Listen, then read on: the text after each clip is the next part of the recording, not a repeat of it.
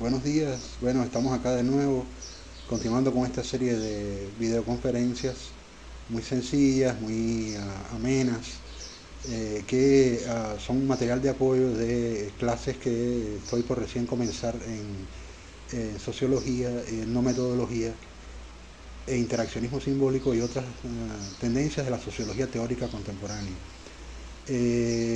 Son material de apoyo en dos direcciones. Por un lado, estoy haciendo como una especie de tour a mis propias obras, que en un por ciento elevado son ellas mismas obras de sociología y que se adentran dentro de esta tradición de la sociología fenomenológica, etnometodológica y del interaccionismo simbólico. Por otro lado, desarrollando sobre una serie de temas y tópicos que son, digamos, cuestiones cruciales, epistemológicas a considerar y de metodología de research, para el aprendizaje sobre cuestiones de sociología. Es decir, son unos videos que están destinados a estudiantes, pero también a, ¿por qué no?, a público en general, es decir, y a lectores potenciales que puedan tener un interés en adentrarse en esta literatura, tanto la mía propia, como autor y como profesor en estos temas, como la de los autores y sociólogos y filósofos que son referencias para mí en, en estas clases y en mi trabajo. En los últimos dos encuentros, videoconferencias, me he referido al tema de la hermenéutica. Es decir, he hecho digamos, como un desvío, como un zigzagueo, ¿no? Para no seguir una línea un recorrido tan lineal que supedite la escucha a una sucesión de obras, de mis obras autorales, de una manera, digamos, que pueda ser monótona, ¿no? De manera que iré yendo a mis libros, pero intercalando temas de interés que atraviesan, por un lado, problemas que están en el centro de mis libros, pero que por otro lado son problemas generales y que nos permiten abordar ciertos temas necesarios a ventilar. Y como decía, los dos temas, en los dos videos anteriores, he hablado de hermenéutica. Pero como decía, el tema de la hermenéutica es inagotable y va mucho más allá de lo que he abundado y desarrollado en las dos ocasiones anteriores. Por un lado, es necesario profundizar más en cuestiones de hermenéutica puramente teóricas, es decir, no solamente comparando el tránsito que hace con Gadamer, el modo del filosofar entre la filosofía clásica y la filosofía hermenéutica del ser, sino ahondando en otros problemas interpretativos. Por otro lado, los tópicos empíricos, concretamente hacia los que me he ido moviendo para un poco ilustrar esos problemas de la hermenéutica a que me estoy refiriendo en mi propio trabajo, tales como el trabajo de campo, por un lado, los problemas relacionados con hermenéutica y exégesis, es decir, exégesis, lectura de textos, interpretación de textos, como en la relación entre hermenéutica y ontología, es decir, los modos como lo interpretativo está presente desde nuestro soliloquio, el modo en que nos elucidamos lo vivido, y ello incide en la pragmática de lo que hacemos o dejamos de hacer, o el modo como la hermenéutica está presente es decir, lo interpretativo conforma de por sí al mundo de vida, a las relaciones intersubjetivas y a las microinteracciones sociales. Por un lado eso, por otro lado la problemática de qué implica la concepción hermenéutica del trabajo de campo. Es decir, también en relación a este tema habría que ampliar mucho, abundar, pues es un tema que requiere ser comprendido más en profundidad. Y por otro lado hay un tema que he estado también mencionando que requiere continuamente del trabajo interpretativo y hermenéutico, de la concepción interpretativista,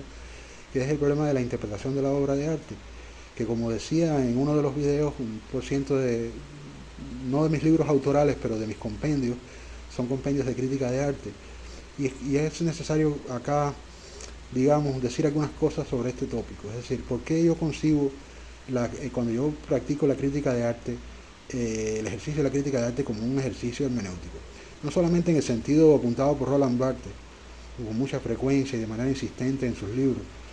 en torno a que es crucial para la crítica de arte entender cómo se relaciona el texto escritural, es decir, el ensayo que uno escribe sobre la obra del artista y el texto del artista, es decir, esa obra o ese conjunto de obras sobre el cual estamos escribiendo. Barthes ponía mucho énfasis en que era crucial en el escribir crítica, entender esa relación que se da y un poco dilucidarla, es decir, sacar conclusiones y tomar posición acerca de cómo debe ser esa relación entre el texto que uno escribe y el texto sobre el que uno escribe. Es decir, no solo en ese sentido, ya de por sí la relación entre la crítica como escritura y las obras sobre las que uno escribe es ya de por sí un problema hermenéutico interpretativo, ¿no? que nos pone frente al hecho de que todo lo que podamos escribir sobre las obras va a ser no solo desde la perspectiva de un concepto, digamos, tradicionalista de lo que entendemos como punto de vista, ¿no? Es decir, de que va a ser un punto de vista nuestro y no necesariamente coincidente con el de otras interpretaciones de otros críticos, del mismo artista o de la socioculturalidad en general, sino en el sentido de que lo que vamos a hacer sobre el fondo de lo ya escrito sobre ese artista o de lo que el artista se ha dicho sobre sí mismo respecto a la obra, o de lo que en definitiva inserta y relaciona esa obra con los códigos del acervo cultural que la obra activa en términos, digamos, semióticos, ¿verdad? Sus signos, sus íconos, sus indicios, sus elementos de lenguaje.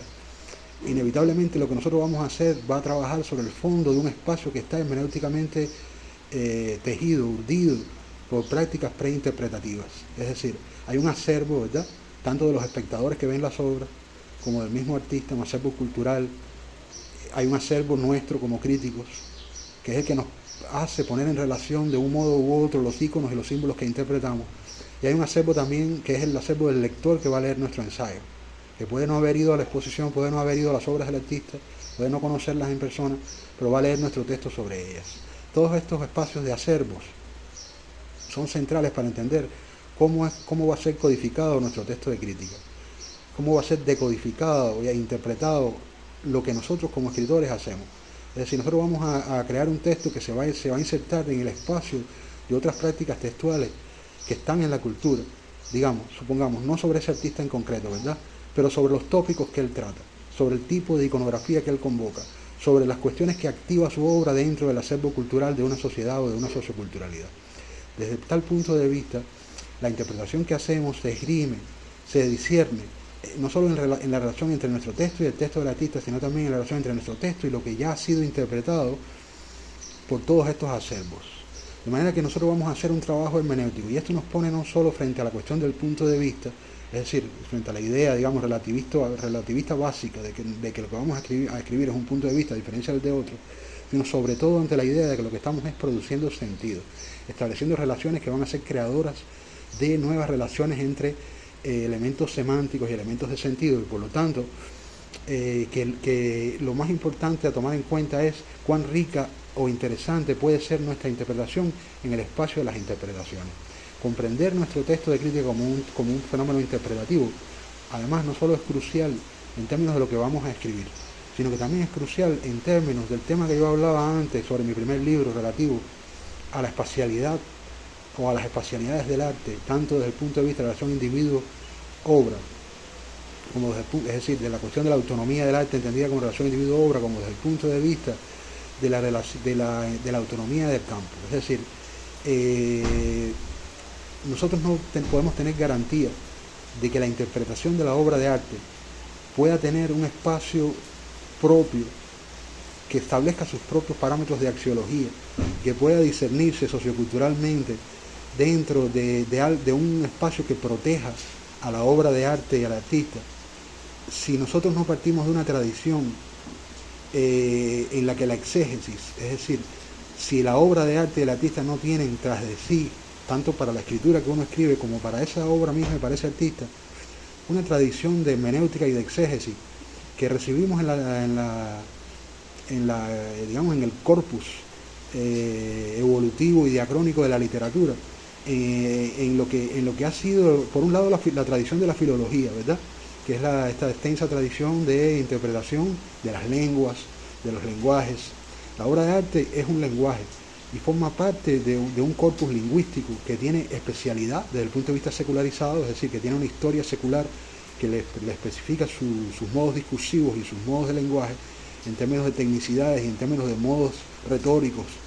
y de enunciación. Y la obra de arte también es un fenómeno textual, ¿verdad? Por lo tanto,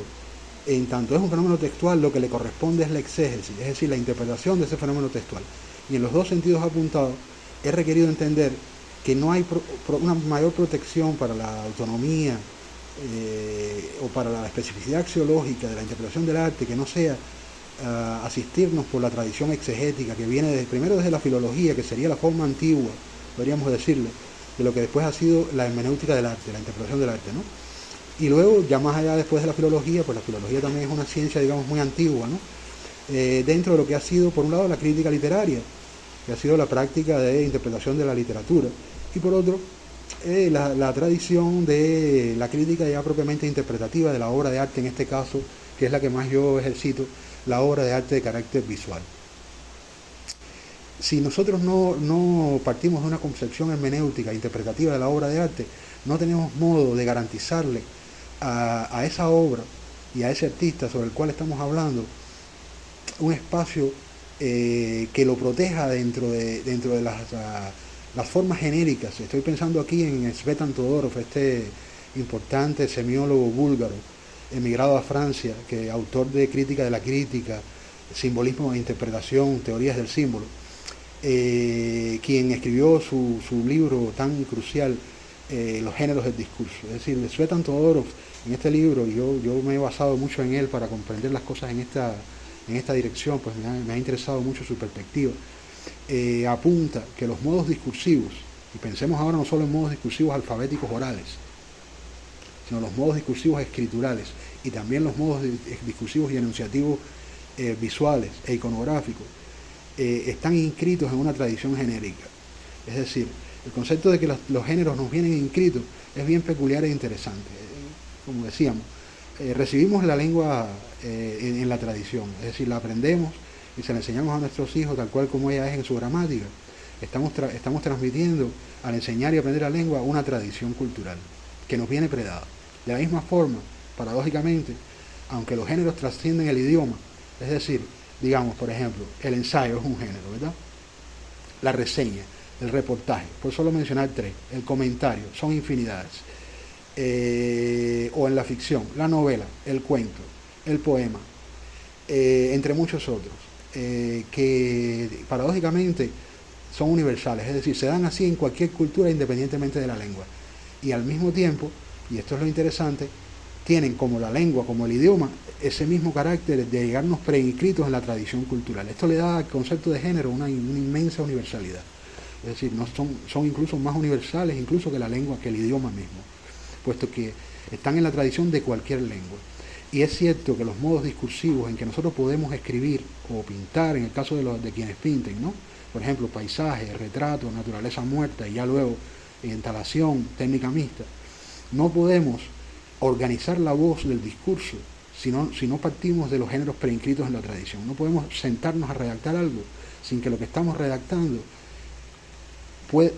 tenga que hacerse en un género o en otro. Incluso es difícil que podamos lograrlo hacer un género que ya no nos preexista. Obviamente se pueden crear mixturas genéricas, ¿no? Se pueden explorar posibilidades de conjugar géneros, pero siempre las conjugaciones creativas de género van a partir de géneros preestablecidos que van a poder ser identificados en el modo textual de ese discurso. Con esto, lo que quiero decir es que la mirada exegética e interpretativa hacia la obra de arte en el momento de la interpretación no solo se refiere a una tradición desde el punto de vista interpretativo de la obra de arte, es decir, de la práctica de la crítica de arte como un ejercicio de escritura, sino que se refiere también a que los modos discursivos, en este caso visuales, pero de cualquier forma de discurso, literatura, cualquiera que sea, incluso cuando estamos interpretando a la misma filosofía o a la misma sociología, traen consigo como formas discursivas preinscripciones en los modos genéricos de la tradición. Y por lo tanto, es requerido conjugar la comprensión de los modos en la tradición exegética, interpretativa, pero también en la tradición genérica, que se refiere ya no solo al texto que escribimos, sino al texto que interpretamos en el sentido que apuntaba al principio de Roland Barthes. Este es un tema crucial, porque además es el único que nos permite situar la axiología. Axiología significa, como muchos sabrán, pero para quien aún esté comenzando a estudiarlo, sistema de valores. Es la ciencia que se ocupa de cómo nosotros valoramos, ¿no? Cuáles son las escalas que seguimos para hacer una valoración. Es menos fácil y sencillo definir en un mapa cognitivo preciso y muy exacto, digamos, así como podemos definir cuáles son los géneros, o así como podemos definir cuáles son los modos interpretativos, definir en qué consiste una axiología. Pues se trata de valores y de valoraciones. Pero sin duda sabemos que la valoración, por ejemplo, del universo visual e iconográfico de cierto tipo de obra visual tiene su especificidad en relaciones intratextuales e intertextuales propias de un acervo cultural específico al que pertenece esa producción discursiva. Por lo tanto, situar las especificidades del modo interpretativo de la obra de arte, tanto desde el punto de vista de ella, en una concepción genérica, como desde el punto de vista de la interpretación que hacemos escritural, desde la perspectiva de una tradición exegética, no es un mero capricho, es también situar el espacio pertinente para la axiología de la comprensión del arte. Ahora bien, esto no significa que a través de una concepción fenomenológica indeterminista, que es en la que yo me he posicionado, de la analítica de la obra, que como les he dicho en mi caso, se enfoca como en la semiótica, dentro de la tradición semiótica, en el análisis del lenguaje, como algo en sí separable del contexto y separable de los determinismos socioculturales y económicos. Esto no significa que en la práctica exegética nosotros no podamos llevar la interpretación más allá de un mero análisis puramente formal de ese lenguaje, o puramente, digamos, relativo a encuadrar esa obra dentro de un marco interartístico. Porque muchas veces las obras, ellas mismas en su pertinencia, convocan, activan, están en relación con modos sígnicos que tienen una relación con la cultura, bien con la cultura de masas, bien con la cultura del folclore, bien con la cultura entendida desde el punto de vista de la tradición. Cuando los artistas, por ejemplo, hacen remedo de elementos que citan o comentan, del mismo modo como en el jazz se comenta géneros que no pertenecen al jazz, pero dentro de una pieza de jazz, también en las artes visuales se comentan formas textuales que pertenecen a la tradición cultural que no es propiamente de la élite, digamos, ¿no? De la élite especializada de la cual procede el alto arte, sino que son modos en los cuales el artista está trabajando con un arsenal sígnico que remite a cuestiones culturales que se mueven fuera del ámbito específico de la tradición visual de esa especialidad, como puede ser el folclore o la cultura en un sentido más amplio. Todo esto nos permite, en algunos casos por supuesto y cuando es pertinente, y si escogemos bien los artistas que vamos a analizar y los lenguajes y las obras específicas que nos interesan, movernos de un análisis semiológico que estudia el lenguaje hacia una comprensión semántica que a través del análisis de ese lenguaje se va moviendo del análisis de la forma al análisis de lo que podríamos llamar una teorización cultural, que se va desplazando hacia lo que podríamos llamar una antropología cultural semiológica de la obra de arte, de sus lenguajes, que nos permite movernos entre el análisis de la obra y análisis culturales. Es en este sentido que yo he estado incursionando una incorporación de la antropología lingüística y cultural a la semiología del arte y estableciendo una literatura de crítica que tiene relevantes puntos de conexión y de alcance hacia la antropología cultural. Ahora bien, yo quisiera respecto a esto hacer algunas puntualizaciones, ya que yo mismo, cuando trabajo fuera del marco del arte, ¿verdad? Cuando me refiero a libros, por ejemplo, en lo que estoy tratando de la cultura en directo y no el texto artístico, como son la mayoría de mis libros, un alto por ciento de mis libros autorales, he defendido la tesis no extensionalista, ¿verdad? De no extender hacia la ontología de la cultura en general los parámetros de la obra de ficción, de los parámetros de la obra de ficción en el caso de la literatura o el cine o el teatro, pero que en el caso de las artes visuales podríamos llamar el universo simbólico imaginario o imaginal, ¿verdad? Que conforma como un hecho, digamos, de lenguajes figurados, ¿no? Al discurso visual artístico. Porque la ontología de la ficcionalidad de una obra de arte pertenece a un orden sobreordinado, que está muy separado ontológicamente de lo que es la cultura en general. Y ha habido una propensión muy recurrente pues obviamente a través del impacto que tiene en la cultura, la mímesis, ¿no? La mímesis en el sentido no imitativo, sino en el sentido, digamos, por ejemplo, de que vemos un film y el film de repente dramatúrgicamente representa ciertos aspectos de la realidad cultural que algunos de nosotros como espectadores podemos haber vivido, y a través de identificarnos con esas vivencias, eso puede ser aleccionador sobre la vida, o puede hacernos sentir una identidad o una identificación con los personajes de la obra. Es decir, a esto es a lo que le estoy llamando mímesis, ¿no? Es decir, dado que la literatura tiene ese componente mimético, pues se ha usado mucho esa persuasión retórica de la literatura de ficción, el cine y de otros géneros del arte para, indistinguiendo que se trata de un texto de ficción, pasar a través de la ilusión mimética directamente a la producción de una ilusión de que estamos tratando la cultura en general en el tratar sobre la forma como la cultura es representada por una obra de arte. Cuando yo estoy hablando de antropología cultural y sociología respecto a la cultura en directo, donde no participa el arte, yo soy crítico hacia ese extensionalismo. Es decir, he planteado que es importante hacer una distinción ontológica y separar los estudios que se ocupan de la cultura en directo, desde el punto de vista de la sociología y de la antropología, de los estudios que se ocupan de la cultura a través del estudio de la obra de arte o de los modos basados en lenguajes figurados y de ficción. Y he sido crítico hacia el extensionalismo del modelo de la obra de arte hacia la cultura en general, debido a que ha habido excesos que han sido realmente muy problemáticos, tales como ontologizar un sentido de toda la cultura según la cultura de ese arte, lo cual crea distorsiones, llamémosle trastornos culturales, incluso yo diría traumas culturales, puesto que se da por cultura una forma de la cultura que no se puede extensionalizar hacia toda la cultura, y sobre todo crea obstrucciones metodológicas en las ciencias sociales que se ocupan, en la que nos ocupamos de la cultura en directo o de la sociedad en directo,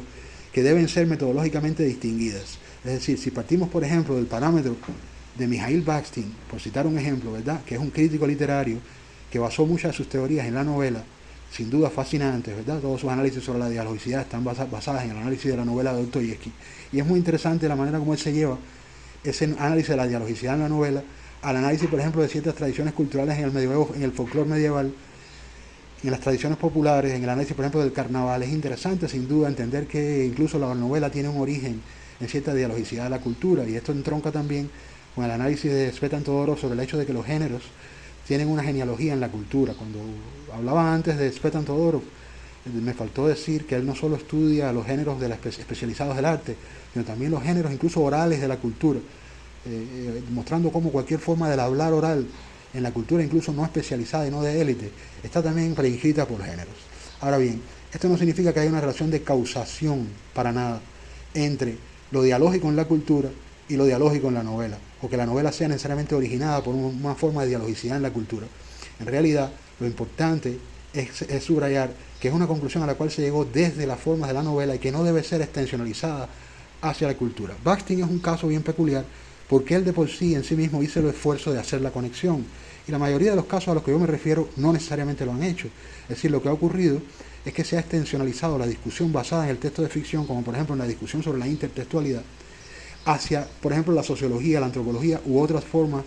de las ciencias sociales, sin tomar en cuenta que son parámetros que han procedido del texto de ficción. Yo me alejo de eso y le pongo cotos, no porque yo desmerezca la importancia de los estudios de intertextualidad. Yo mismo he hecho estudios de intertextualidad respecto a la obra de arte y a la obra literaria,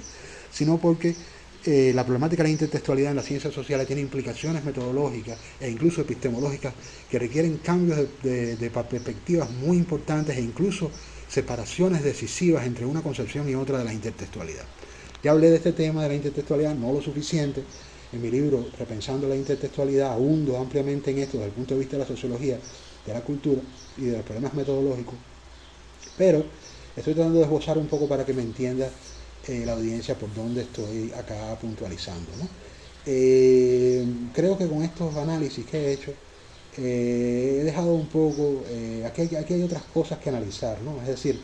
yo de por sí tengo un posicionamiento tanto en la ciencia como respecto al arte muy peculiar, que no es muy digamos, popular, ¿no? Podría yo decir, como no es popular de por sí el teoricismo. Hay mucho antiteoricismo hoy, no solo en el campo sociocultural y en el campo del arte, la cultura y las letras. Hay mucho antiteoricismo también en la academia, donde los pocos teóricos, que somos muy teóricos que habemos, es donde están. Pero todavía incluso hasta en la academia hay antiteoricismo. Y así como hay antiteoricismo, también hay antitrabajo de campo. Pero yo soy verdaderamente un intelectual, un escritor, un autor y un teórico que le doy una gran importancia al trabajo de campo por infinidad de razones metodológicas, que como les he explicado requiere aún que yo amplíe más, aunque por supuesto son cosas que se pueden ir a leer a mis libros, pero yo le voy a dedicar algún material más a ese tema porque me parece necesario. Pero también es impopular, digamos, el posicionamiento, que no soy el único en él, que yo tengo respecto a lo científico y respecto al arte. Es decir, yo parto de la idea, en la cual no estoy solo, hay una tradición en esto, no muy popular, por cierto, ¿no?,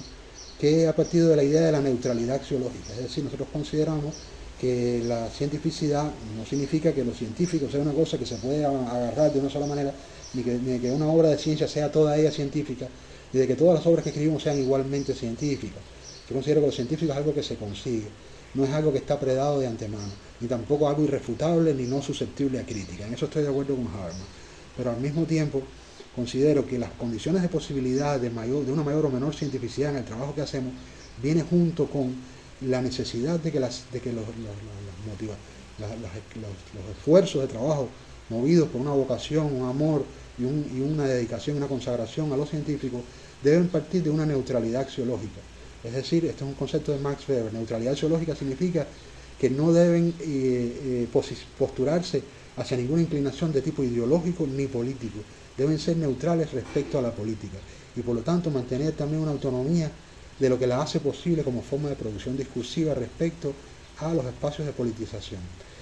Por otro lado, también impopular, tengo un posicionamiento apolítico respecto al arte. Es decir, yo considero que el arte está demasiado atravesado, incluso muchas veces de manera inconsciente, está afectado de una manera demasiado invadida por la política. Y como les decía, todo mi esfuerzo por discutir el problema de la autonomía o la no autonomía del arte principia en la conciencia de que el determinismo ha tenido mucha más ascensión que el indeterminismo desde el punto de vista precisamente político y económico, y es mucho más fuerte y está mucho más relacionado con las tradiciones que se han instituido. Por lo tanto, el posicionamiento que nosotros tenemos es un posicionamiento que es necesariamente crítico y requiere entender que para que el arte pueda mantener una distancia hacia la injerencia de la política en la capacidad del arte de no estar atravesado inconscientemente por políticas y por lo político,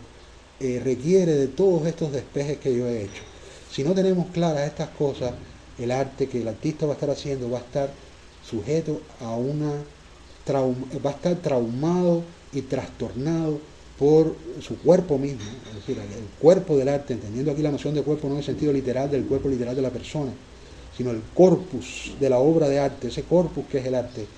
va a estar inevitablemente incluso inoculado, no siempre sobredeterminado, sino también inoculado por políticas inconscientes, inoculado por formas de la política que toman posesión de ese cuerpo a través de una injerencia invasiva